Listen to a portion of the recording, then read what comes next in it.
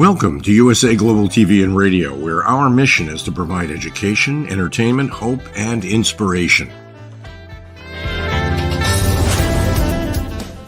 USA Global TV and Radio connects you with experts and audiences all around the world every single day to help you succeed in business and to live a richer life. Visit us at usaglobaltv.com to learn about career and life-changing training and mentoring programs like the Listening Mentor. Subscribe to our newsletter to stay informed about our special programs and offers. Discover how you can become a guest on one of our shows or a host or producer of a USA Global TV and Radio show of your very own. That's USA Global TV and Radio, where the doctor is always in.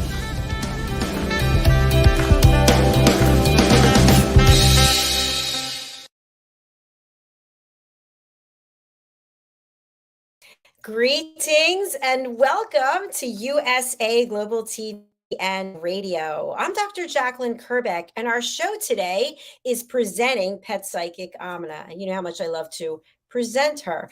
Our topic today is, when is a child old enough to have a pet? And Am and I were having a laugh backstage. It's really, when is the adult old enough to have a pet?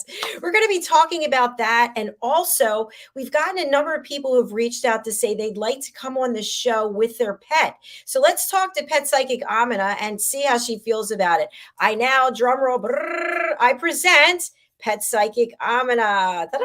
Hello, there she is. Hello. Happy Friday to everybody. Hello, hello. Yes, thank you so much for being here. What do you think about what people have been reaching out saying, I'd love to come on the show with my pet. I want to introduce my pet to the world. And what do you think? Well, it's got to be motivation. And do we really know what anybody's motivation is? You would be the expert here, with lots of people vying for that chance to be on the show. And I really appreciate that, quantity over quality is not a thing with you. And so I want to stick to the platform we're on and say, let's talk about the whys, the wherefores, the motivation. There's a lot of parents that haven't told their kids they're afraid of dogs, cats, or gerbils, whatever, and that conversation hasn't happened. Maybe they are overtaxed, overworked, over everything, and another person, much less another life, is maybe not a thing. There is a plethora of questions to ask yourself that, oh, it'd be so cute to have a puppy. Only for about one lesson a day. And then the pooping happens and the diarrhea happens and they're crying, the dog, not the family yet. So you need to be prepared for what it means to take on another life, and then think about taking on another life that speaks a different language. Interesting. So basically what I hear you saying is that owning a pet is a big commitment. It becomes a family member. And just like any family member, it needs to have love and care. And it's not just, hey, it would be great to get a puppy because Susie would love to have a puppy. And then Susie's not interested in the puppy. And then you get the puppy. How many times does that happen, by the way? I know. Almost every time. Almost every time, unless you're talking about me. Because not everybody's crazy about animals from the time they come out of the womb. And I'm talking to the spiders and I'm talking to the puppies and I'm saying hello to the dog before I say hello to the person. I have a real disease. I don't think it's, and I don't want to be cured. I absolutely don't want to be cured. But that is not true for the general population. Dogs and cats are lovely. Hamsters, gerbils, birds. The birds are a whole nother conversation, man. You got to be deaf or something for those. I've dabbled in those, and my family's like, oh my God. My neighbor actually said, I know when you get up every morning. Excuse me? That's a little personal. And she said, yeah, because Maggie starts screaming as soon as she can see you. It was our son, Conyer. And I'm thinking, that is too much information. And you have to think about that. Everybody's going to know you as, and I hope we're talking to people that do care, but you're going to be the one that, there's blah, blah. I'm going to make up a name, put a lot of consonants together and say, because I don't want to tag any certain person's name to this, is just say, oh, that's the guy that always leaves the poop. I walk around my neighborhood. It's an incredibly private neighborhood because we're on a giant hill. It is just us, and you got to go down the hill or up the hill to get to anything. So someone up here, and we have a lot of people that come just to walk their pets because it's a great place. And we have big fields where you can throw the ball. But I just said bad energy every time I see the pile. And I see a pile. And I see at least, and I go for a walk every day up here, and I've already done one this morning. And like you, there'll be another one this afternoon. And, it just really re-energizes our day and gets us through to that. And I need to be in nature, but it just puts bad vibes and bad things with the poop. And let me be really crystal clear. Why is it a big deal? First of all, it's your responsibility. Second, third, it's your responsibility to be caring for your animal. And part of that is not leaving waste behind. Would you do it with a human child? Well, they don't just squat. Well, they could. It was done before. But I really want you to hear this part. Pet feces are not biodegradable. The plant just gets no benefit, actually could kill it, especially the urine, because it's more acidic. So that poop is technically going to be there for the next millennium until a gardener steps on it or goes around and has to clean it up. I wouldn't be surprised. In this place, we're a private residential area, so I'm sure there are dedicated gardeners that do the gardening here. I can't imagine what guy wants the job of poop picker-upper. And there's big poops. They seem to be the worst one. I don't see the little ones as much. Maybe it's more frequent. They're just so tiny I can't see them. But it rains and the dirt is there, and luckily they're mostly pooping on the dirt. It doesn't matter. It's not biodegradable. You're not feeding them deer from, the wild. You're feeding processed food with a color, a dye, and all of that.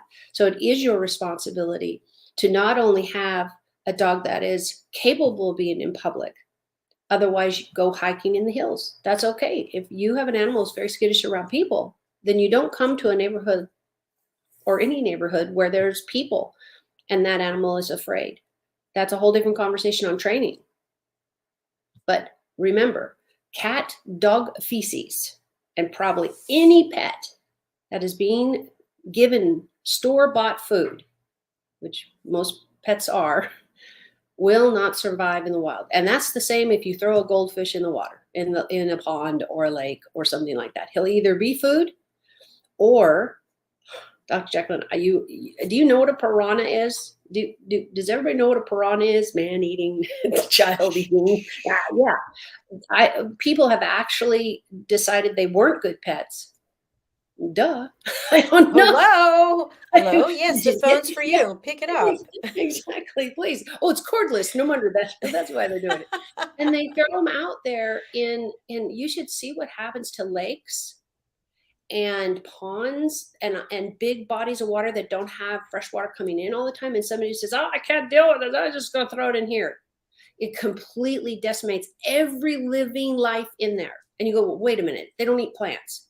Yeah, but the ones who do eat plants, you just killed because the piranha ate them. So it's a chain reaction of saying, you do this one wrong. Oh, it's no big deal. I threw my, let's go with something really small, like the paper over a straw. First of all, a straw lasts like forever. So please get one that's, so straws are stupid anyway, because you should get a permanent one. They sell them in metal, and you can wash them, and I have them, and I just carry them in the door of my car, because the only time I'm going to get soda with a straw or something is, oh, let's go to the drive-thru and just grab something really fast. Great, I have a straw. I don't need 900 of them. I'm not making a necklace. This is not camp. But those things stay in the environment forever.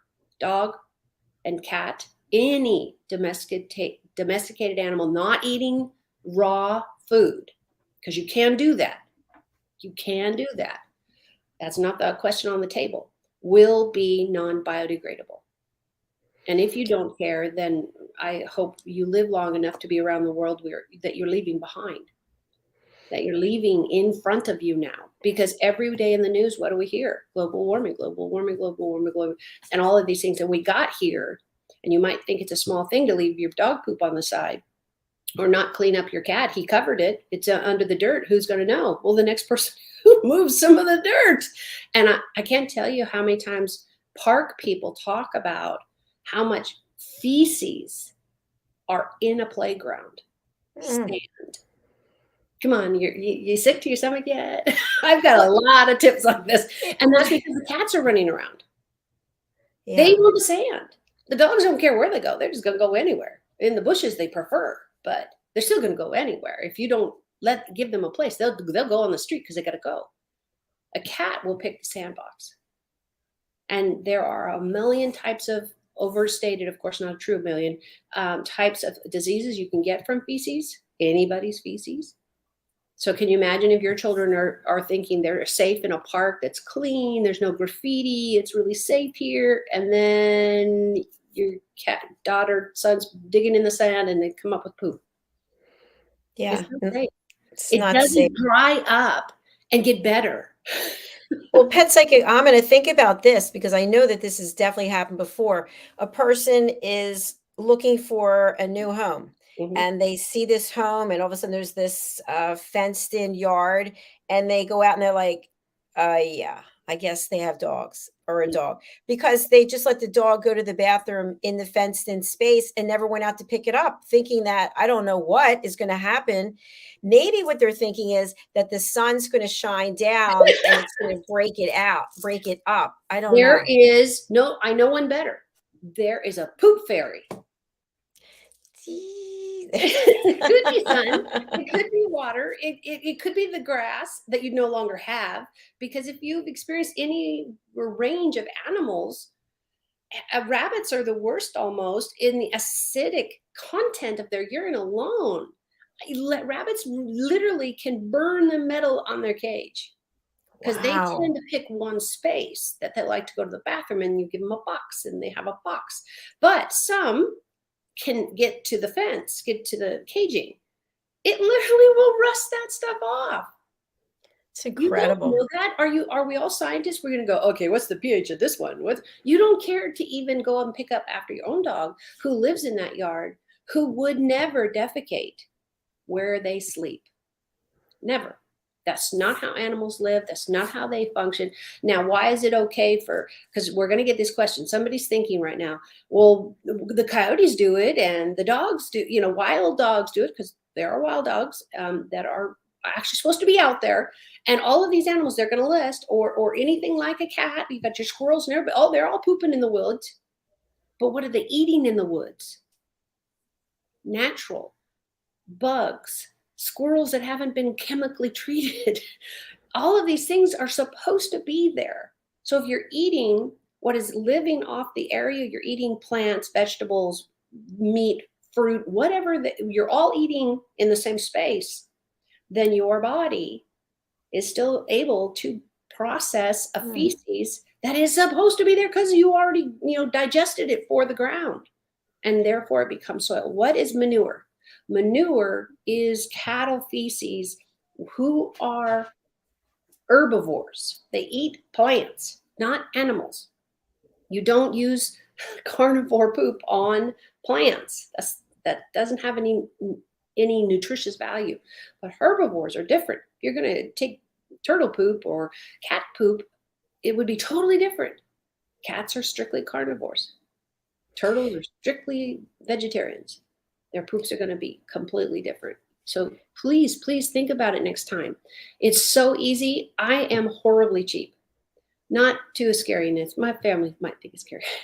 But how many bags do we all go through when the bread is done, when you have a Ziploc bag of vegetables and they're done, when you have a lunch bag that's done, that's paper, wherever.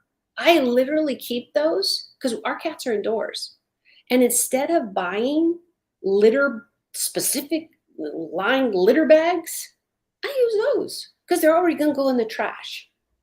So why would I add more? And first of all, why would I pay more to have these fancy bags When I got a million bags every time I go through another bag of vegetables from the freezer, and they have little zippies.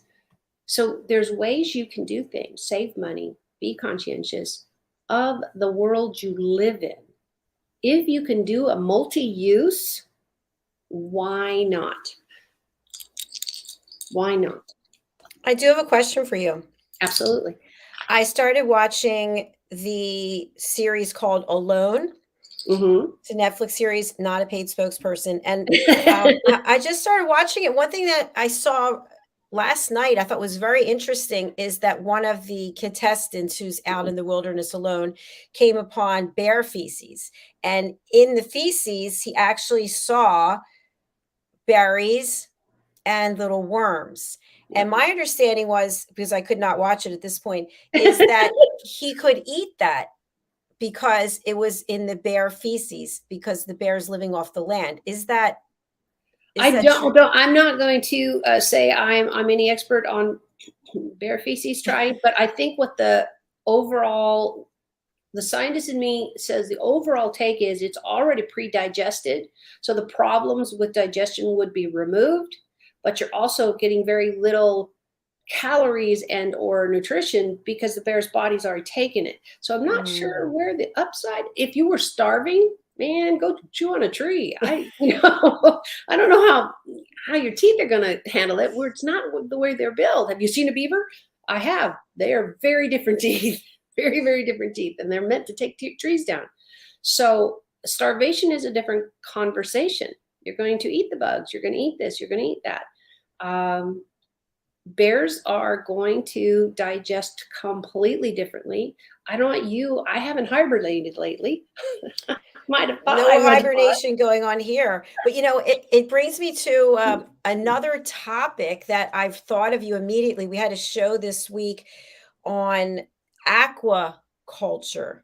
And this woman and her husband and team in Canada, they have put together this environment in the ocean where they're actually creating new life from, I think they're from giant clams. I forget, but anyway, it was so cool to hear about how, because our oceans are so badly polluted and how people across the world are just throwing their waste and trash everywhere, that the sea creatures are dying. And this woman and her husband and their company, that they are able to create new life. It's going to take 10 years, but still. Right. And there might not be what they are gambling on. And I agree with the gamble, because if you do nothing, you know the outcome. If you do something, you might not know the outcome. Is we might not have even an ocean to save to put them back into. Right. It is that dire. Good point. This is not a scare tactic. This is not a made up tactic. Wherever you're going to go, anybody who has anything to do with these industries, which we do, then you're going to hear over and over, the scientists have spoken. If you don't change today, yesterday, 6 years ago, we have time. We have time to make a change. But if you don't, then we will continue to lose every means of existence in any kind of healthy form. You think robots are cool? Great, but they still need to be charged. they still need a battery. They still need oil. So that's their food. There's no quick fix here. Very true. You can't go hundreds of years destroying the planet and wonder why, oh my God, how'd this happen? We know how it happened. We have some comments, by the way. Our friend Stephen from Uganda. Hello. Thanks for being with us. He writes, hello, my friends from the other side of the world. What time is it there, Stephen? And also, I love the discussion about mental health. Yeah, I think he was on our show the other day, The Art of Creating Mental Health Wealth. So thanks for joining us. Any questions you have for Pet Psychic AMINAH, please let us know. Well, in pet, and what he's talking about in our vein is pets are therapy.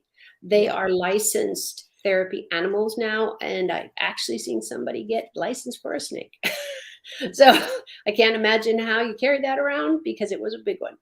But animals give us love unconditionally. Animals love us. Why wouldn't you do the bare minimum of giving them good food, picking up their poop, getting them a hairbrush, something something that just they enjoy. If it's sitting down while you're watching TV, your favorite show, and they love to hear you laugh, then do that, because it's really that simple.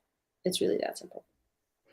Amina, what are your thoughts for people who are thinking, well, Johnny, Susie, Billy, Bobby, they really want to have a dog. They really want to have a cat. Is there some way to give them a sense of responsibility before you actually acquire the new family member? Thank you for asking the question of the year. How do we know? Well, nobody's going to know until you do it, because every animal is like every person. Just think about dating and then marrying somebody. And then a few years later, or 25 years later, you get a divorce. I couldn't have known. No, you can't know day-to-day changes that changes people's thought process or people's education changes. So I'm giving you that caveat. Nothing is permanent, but you can sure try every single day, like any quality relationship, friendship, business, marriage, cousins, aunts, uncles, whatever it is. If you care enough about the relationship, do what's best for both of you, but also with a little bit more strength on the other entity. So with a pet, is your 5-year-old child capable of making sure they don't forget to feed the dog? Maybe, maybe not.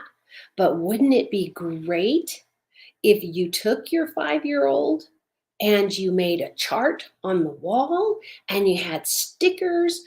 All of this can be gotten at the dollar store, by the way. And you get posters and you go, oh, I fed the kitty today. Look, I got a sticker. And you can come up with creative days and walks and paths and calendars. And you say, okay, hi, don't see your sticker yet for cleaning the cat box. Did you clean the cat box? Let's go see if you cleaned the cat box. Oh, it's clean. Yay, we get a star. Positive reinforcement. And I preach that for training animals. I preach that training people. Wouldn't you like to know that your parents recognized that you cleaned the cat box or that you played with the puppy today? Because after a while, the cat, the dog, whatever, the fish, the iguana, whatever you got as a pet for a child, the interest can wane. It can grow, but it's really going to depend on your activity. You're still the adult. Your child cannot take your pet to the vets, and they can't pay the vet. So therefore, truly, this is an adult's pet that they're leasing to their child, if you want to call it that, because that's really what it is. It is you getting a pet. Don't have any misnomers, any other ideas that you're saying, oh, got my son, he's 16, he's going to be so great as a pet owner. Not if he hasn't done it 2 or 3 times, or you had him train in a kennel. He's still a teenager and has days where he just wants to be free. He wants to listen to music. He wants to go see friends. That's not wrong. It's the age and the time of life they're in. So know that when you get a pet for a minor child, adults, is a whole different conversation. You were getting a pet for yourself. So if you got 3 puppies, and you thought that would be really great and they're going to be really cute, you got a lot of work. That's a lot of poop to pick up. Cats, luckily, go in a cat box. But what people do with cats then is they don't clean the cat box. So think about it. Your cat is stepping in their feces and their pee on the sand or not. It doesn't make any difference. They're still walking all over it and then dripping litter all over your house. I know, because I'm chasing litter all the time, every single day. And we have mats outside of our litter box to get as much as we can off their feet. Because it just is. It's not like it's glued there. It just, you step in it, it's the little grains.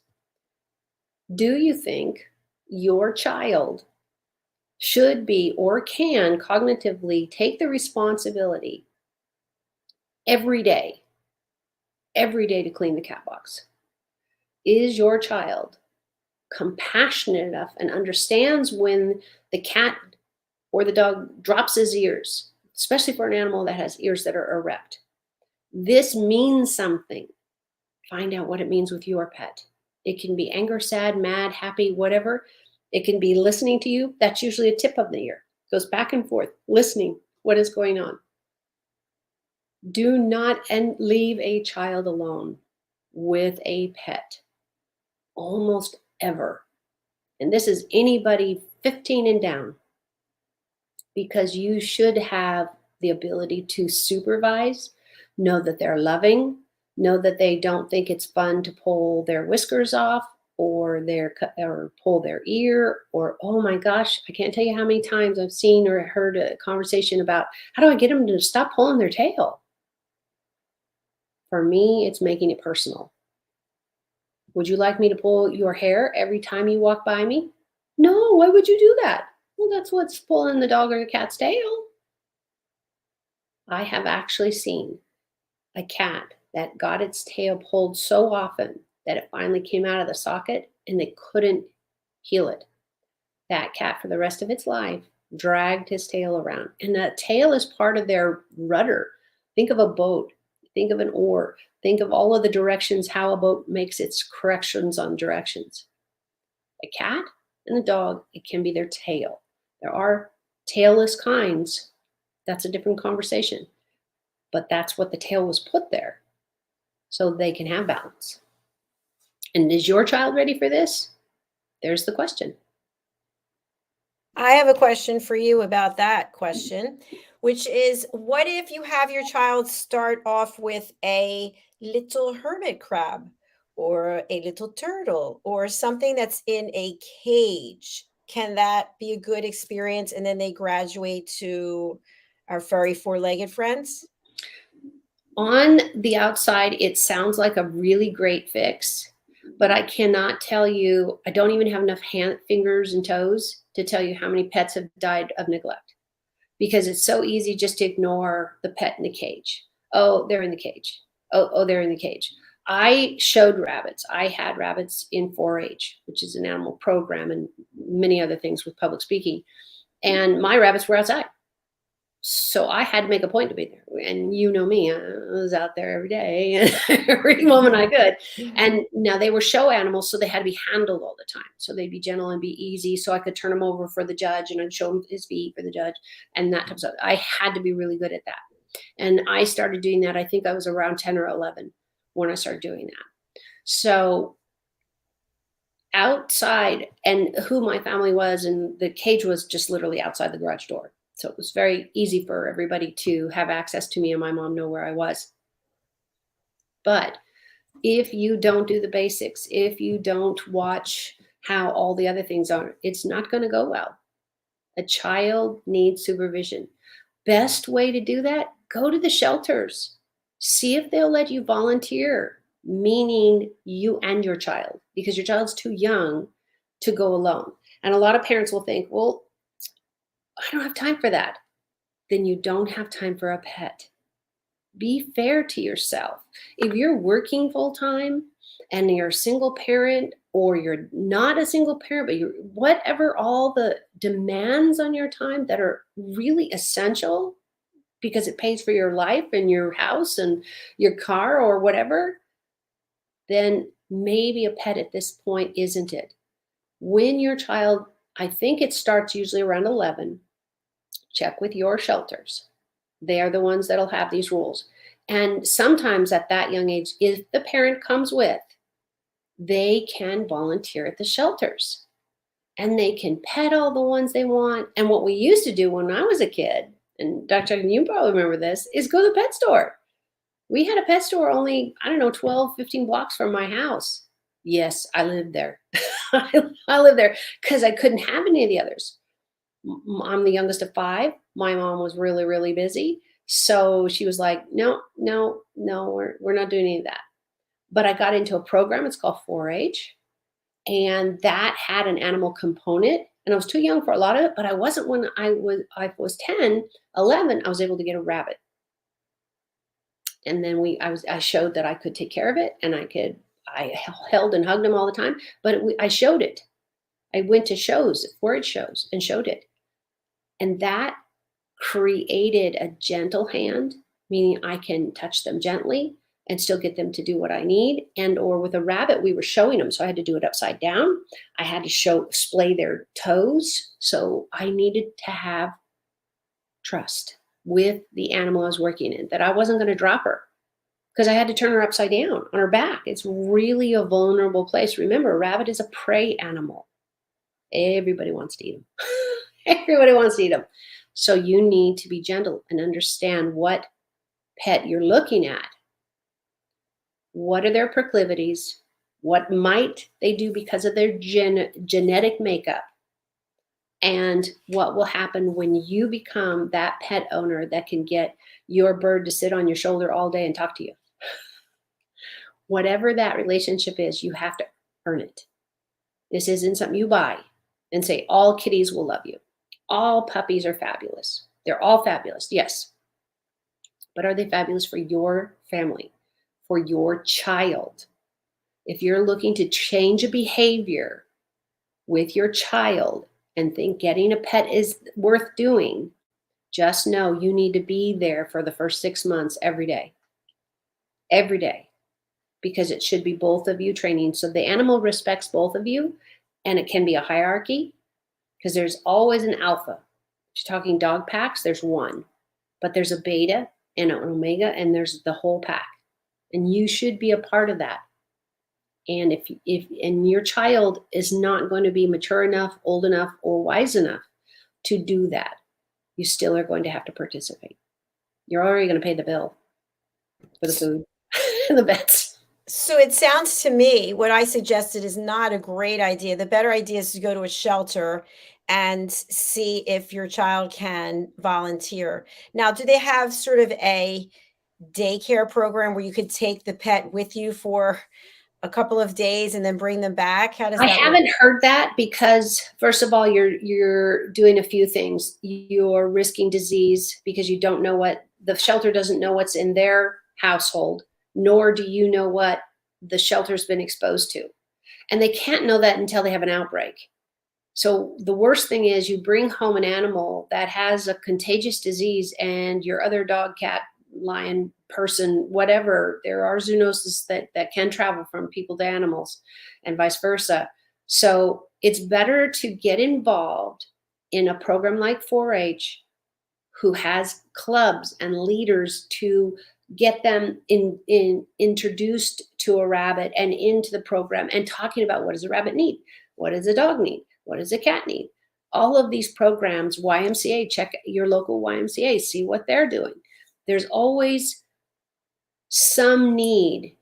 And what I recommend is, if you're the parent of this child, you really like to have them have an animal experience, then you be the one to start an animal club. You be the one to reach out to the University of California, or the university that is taking care of yours in your state. Because University of California, Davis is our hub for 4-H. And if you don't know what I'm talking about, please look into it. It is all about leadership. It's all about programs. Some clubs have automobile classes. They're projects, and you can compete with it. And it's a great way to get your children introduced to animals. And I'm not saying start small. Some people say, "Oh, I'll just start small."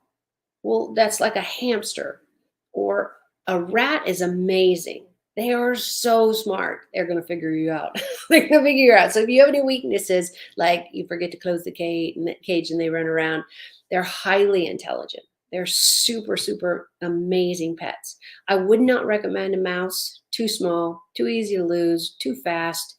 Rats are very engaging. They are very knowledgeable. They will test you. They will try you, but they will love you. And they can sit snuggled up into your lap. And what a rat also brings is ease of care. They are in a cage half the time, hopefully not all the time, because you'll get them handled. And this, a child can hold, is light enough. And if you drop it, it's going to not do as well as a cat as far as landing, but it has a little bit more resiliency, as opposed to a little mouse. You think, oh, little mouse would be great. No, you can't catch them. I promise, they're going to be living in your house somewhere, and you can't catch them.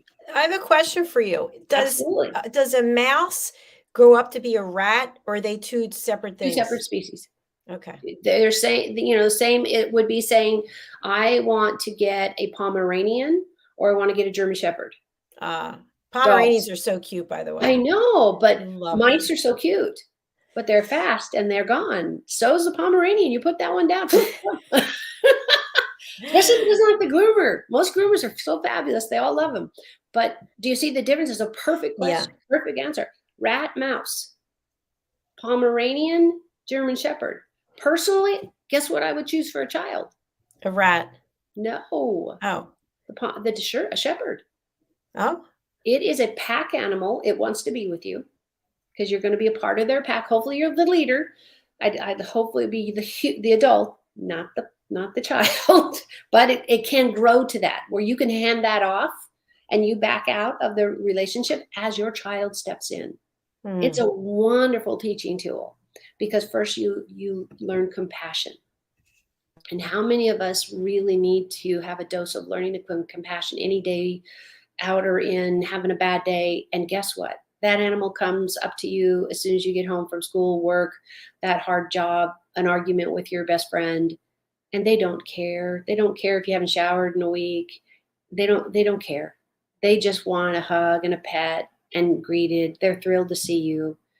Who doesn't want a relationship that has no agenda except for to be with their pack? And that's what the joy of dogs is. And the people that are driven towards cats are a little more independent, but they both work for those lifestyles. We love our cats. We maul our cats constantly. We have 3 now. 2 were rescues. So we hadn't planned that.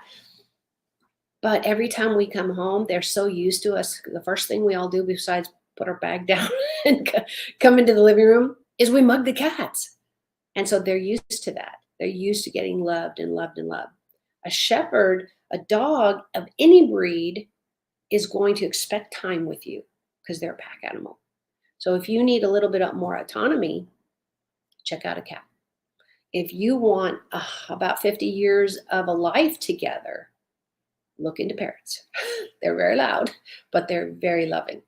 It depends on how you are. Remember, if you teach your animal that you come with violence and spanking, yelling, screaming at them, hitting them in any way, throwing stuff at them, whatever that violence turns into, then you can be a pack leader, sure, but you won't be a respected one. You won't be an honored one. And I can hear some people saying, well, it doesn't matter. I want them just to listen to me. I don't recommend a pack or a person for you until you find the joy in sharing love. And this is what I do, is you get to live and breathe sharing love with an animal that will choose you when you choose a fair and loving way to be. Wow. So profound. I love it. You always have I'm very committed to my topic. Yes, you are. I live what I breathe. I breathe what and you saw that. You see this, anybody who's coming on this platform, maybe today's your first day, go check out all the others. We all live and breathe what we are talking about. What Dr. Jacalyn, what you've assembled, and you and I didn't know each other before this show. And now here we are, you're past and all of that wonderfulness, because I take it, I've never asked you, is that you saw that my commitment was to the message, not to me. Absolutely. And it's been 2 years, my friend. 2 years. Oh my gosh, it goes so fast. But and you'll look at everybody on this platform, they're all about the message, not them as the one giving the message. Oh, look how great I invented ice cream. Everybody loved me. Sorry, somebody else did. I don't know who did that. But we can share the knowledge that we've tried and we've failed. And I don't know you, but some of the failures have been my biggest teaching moments. And I come out of them grateful, hated the whole experience, some of them, but I came out a better person. And I knew I was put through this to be able to save somebody else. And I'm really lucky to have been able to do that with end of life conversations. I do a lot of that because I have the ability to talk on the other side and talk to the family and friends and animals that have moved on. So amazing. And We are at the end of our show for today, and I know there are people out there who want to connect with you. You are on LinkedIn. Yep. You are on Facebook. Tell us more about the services that you offer in addition to the education you're providing here today. The biggest thing I help people with is clarity. I will have to say that, because they're trying, the pet owners that call me are truly communicating. They are talking to their pets all the time. They're asking them what they want and do. And it doesn't have to be, hi, Bob, what do you need now? It can be energy, it can be watching them. They're needing that fine tuning. Maybe it's a pet person for the first time, and you really, really want this life with them to be positive. So I'm the one who steps in for all of those reasons. End of life is a speciality I have, because I can talk to people and animals who have passed. I've always been able to talk to dead people. I didn't know that a lot of people didn't do that until I grew up and started meeting other psychics. And oh, this is a thing. So I am able to. Everybody has free will.